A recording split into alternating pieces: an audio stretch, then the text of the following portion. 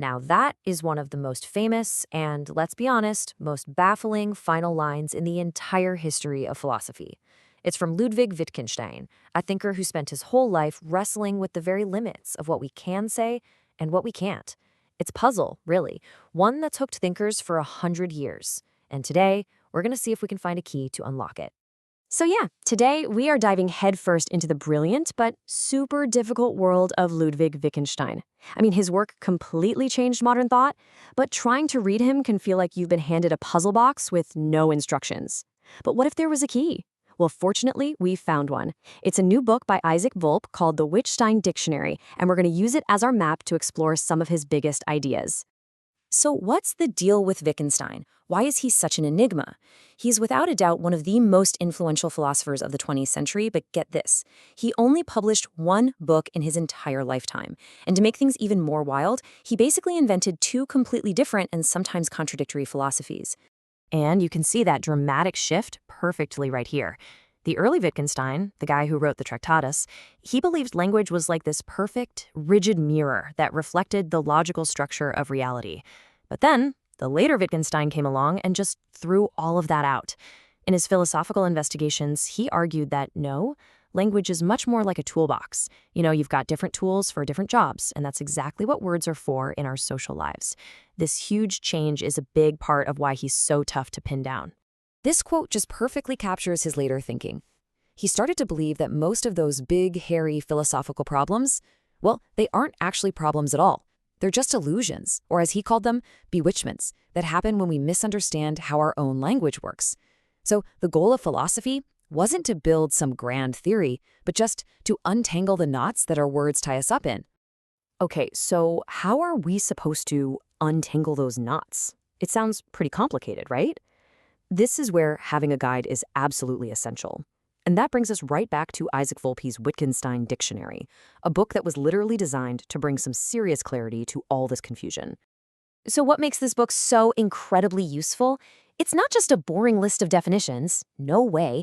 It gives you these crisp, clear explanations of his key ideas. It pairs them with direct quotes from the man himself. And, this is crucial, it gives you context. It shows you how his ideas evolved from his early work to his later stuff. It's really built to be the perfect companion for anyone trying to navigate his writings. And here's the real kicker. The book doesn't just tell you what Wittgenstein thought, it helps you learn how he thought.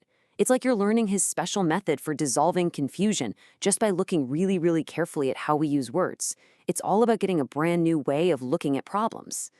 All right, talk is cheap, right? Let's put this dictionary to the test. Let's take a little peek inside and see how it unpacks some of Wittgenstein's most famous and, often misunderstood ideas.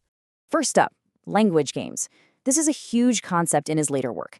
He's basically telling us to stop searching for one single perfect definition for a word. Instead, he says that meaning comes from how a word is used inside a specific activity, a game. Think about the word board. Is it a board of directors? A chessboard? A 2x4? The meaning depends entirely on the game we're playing. And this leads to one of his most powerful points, which the dictionary highlights with this very quote. These language games aren't just silly little diversions, they are woven into the very fabric of our lives. They're part of what he called our form of life. You see, language isn't some separate thing from the world, it's how we live in the world. This flows right into another key idea, family resemblance.